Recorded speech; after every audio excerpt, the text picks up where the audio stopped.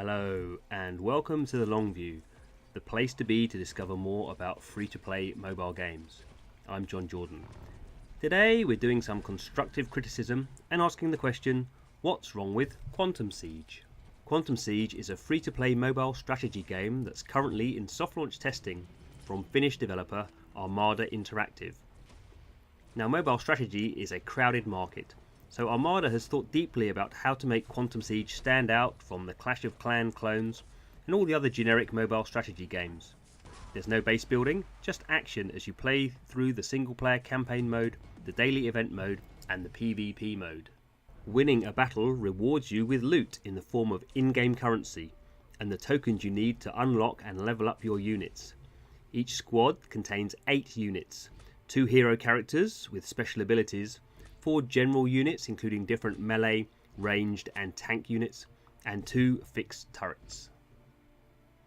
Each 3.5 minute mission is played out on a rotatable 360-degree battlefield, and during that time you need to carefully deploy your units to overwhelm your enemy's defences and destroy their quantum gate. That's a big plasmic orb of glowing energy that spits out new defensive units. So far, so good, you might be thinking. And it's true, Quantum Siege manages to be innovative and gets the basics right.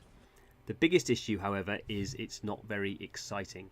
Both the story and daily event missions feel very similar, and this is also the case with many of your units, especially the general units. This is partly the case because each unit is defined by its class: rage, entropy, will, spirit, etc. Each class has its own generic melee and range characters, and you can't combine some classes into the same squad. This is an artificial restriction, however, for the player, and it's not one that adds anything interesting in terms of your tactical options. Of course, a strategy game isn't an RPG, so Quantum Siege's lack of unit variation isn't perhaps that surprising. However, it isn't improved by the fact it takes ages to unlock all 16 heroes, because those characters are by far the most interesting thing in the game. Another issue is pacing. As well as heroes being slow to unlock, because you can only deploy one unit onto the battlefield at a time, and because each deployment triggers a timed countdown until you can deploy another unit, you don't have the fun of saving up units and suddenly deploying a massive tank rush, as happens in more traditional mobile strategy games. Quantum Siege often feels a bit too tactical.